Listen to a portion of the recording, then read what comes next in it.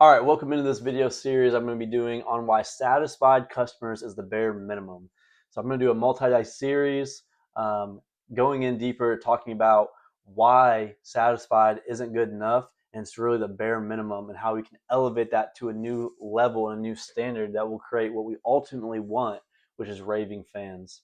So today I'm going to talk to you about doing good work is just the bare minimum. Okay, so doing good work is just the bare minimum. Lots of us, we get into it and we think that if we just do a great job, that's it. But really, that's just the standard. That's the bare minimum of what you should do. And we should elevate so much further beyond that. And when we do, it can help us enhance, grow, and expand our businesses in ways that we didn't think possible, and also make our lives a lot easier. We're going to talk about that a little bit today. So I want to get started by saying one of the biggest misconceptions I've seen in the home services space is the idea that just showing up and doing good work and then everything else will take care of itself.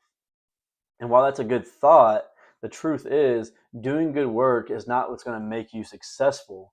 It's just what's going to get you in the game. It's just a piece of the pie. It's a part of the equation, but it's not the whole thing. It's not the answer. That's just a part. It's the bare minimum of what you need to do is excellent work. Show up, do what you're going to do when you said you're going to do it, for how much you said you're going to do it.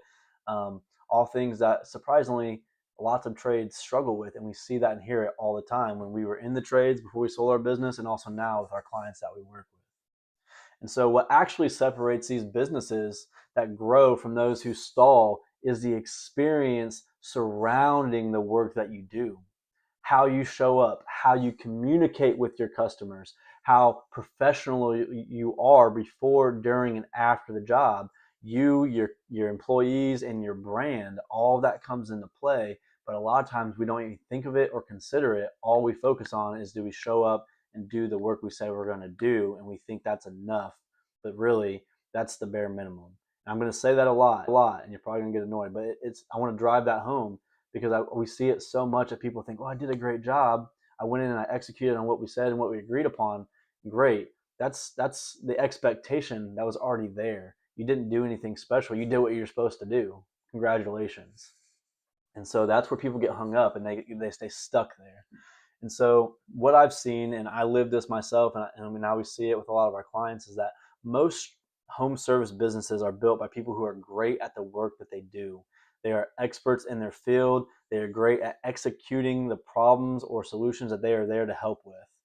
But they are not always equipped to fully run the back end of their business, knowing the marketing, the customer psychology behind things, the branding, the experience, the customer journey. They're great at what they do, and they think that being great at what they do is enough, and that's where they get stuck.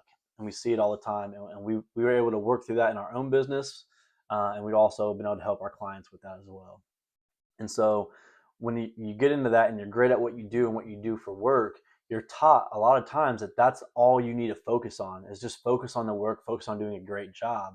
But no one teaches you about the customer experience, the perception, or the brand that really bolsters that and lifts you up and takes you and elevates you to another level. And so growth stalls even when you're doing excellent work. And sometimes you probably feel like, man, like we're so good at what we do, why are we slow? Why do we have these spurts where we're just busy for weeks or months at a time, and then it just like plummets out and dies, and the work's gone, and we're scrambling and spending tons of marketing dollars to keep our crews busy, to keep our guys busy, to keep ourselves busy? Well, the problem is that most home services aren't struggling because they're bad. It's not that you're bad at what you do. You're struggling because you stop evolving and elevating past just the work that you do. And I lived this myself. We struggled with this in our business when we were growing it. Is early on we did excellent work. We were good. We were good at what we did. We would have satisfied customers. The jobs went great, but our growth was inconsistent. We'd go through spurts where we were busy for months, just nonstop, working long days, having to squeeze in jobs just to get everything done and get people taken care of. And then we'd hit walls where we were like, man, like we got to get some work going for weeks or months at a time. And it was just very inconsistent.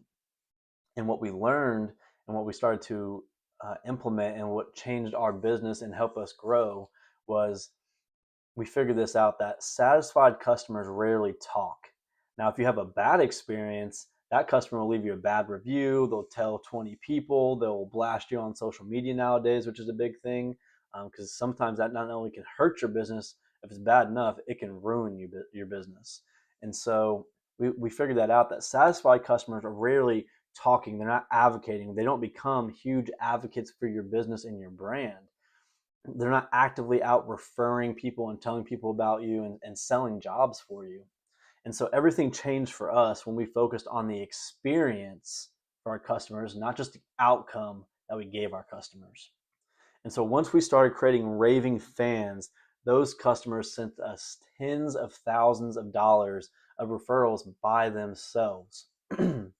And so what that typically looked like for us, and this is great, and this is what we loved having, is we did a job for Bill and Sally, and we walked them through a great customer journey. And the customer journey, and we're going to talk about this in another video, it doesn't start when they call. It doesn't start when you show up for the estimate. It starts way before that. Your branding, your online presence, your reputation, your Google reviews, your testimonials, all that stuff matters. And in the online and in the real world space, it all matters. And so that's where the customer journey starts. When they go to your website, when they go to your social media profiles, when they look at your reviews, when they look at your Google reviews and your pictures and your professionalism, do you look like a real business and a real company? Or do you look like some random guys who just throw on a t-shirt, maybe don't even match, and you show up and you just kind of halfway get stuff done? All of that matters. The perception, the appearance, all that comes into play.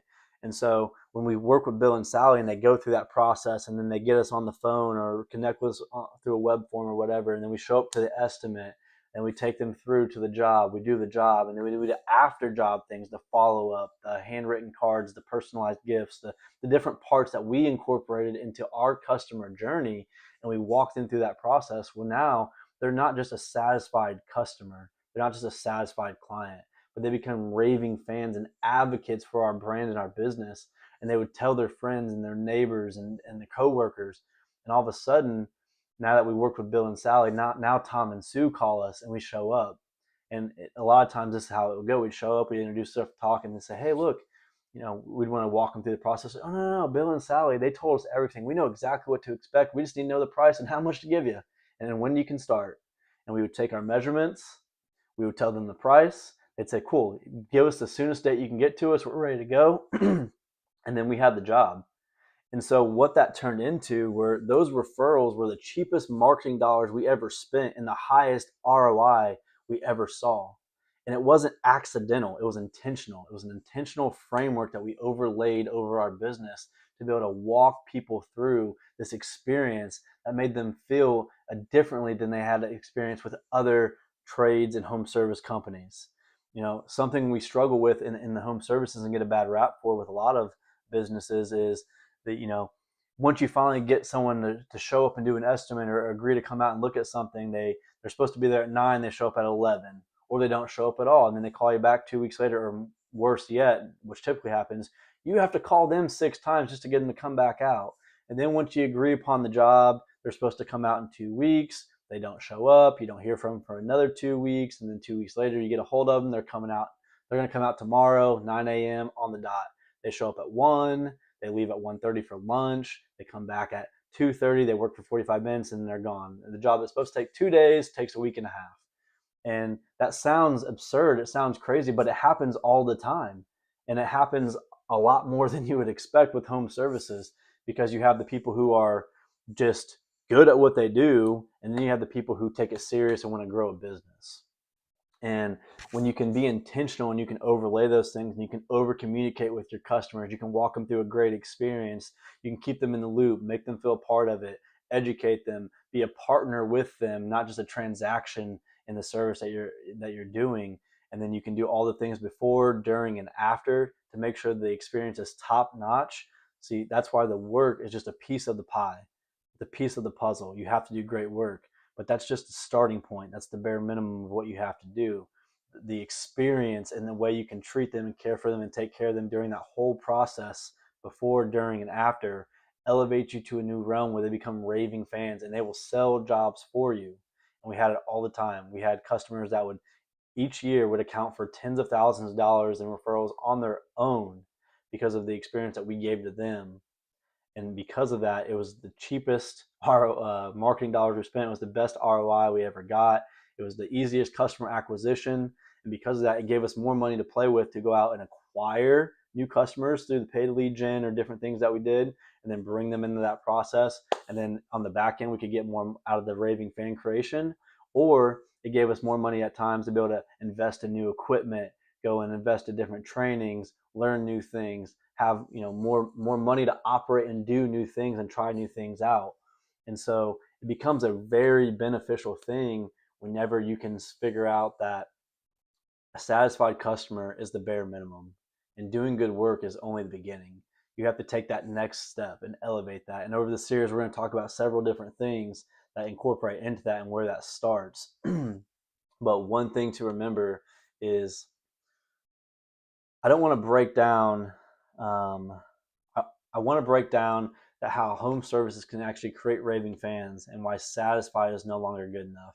And we're going to do that in the next video. We're going to talk about that your brand starts before you ever show up and why that's so important. And I used to call it selling the job before we talk.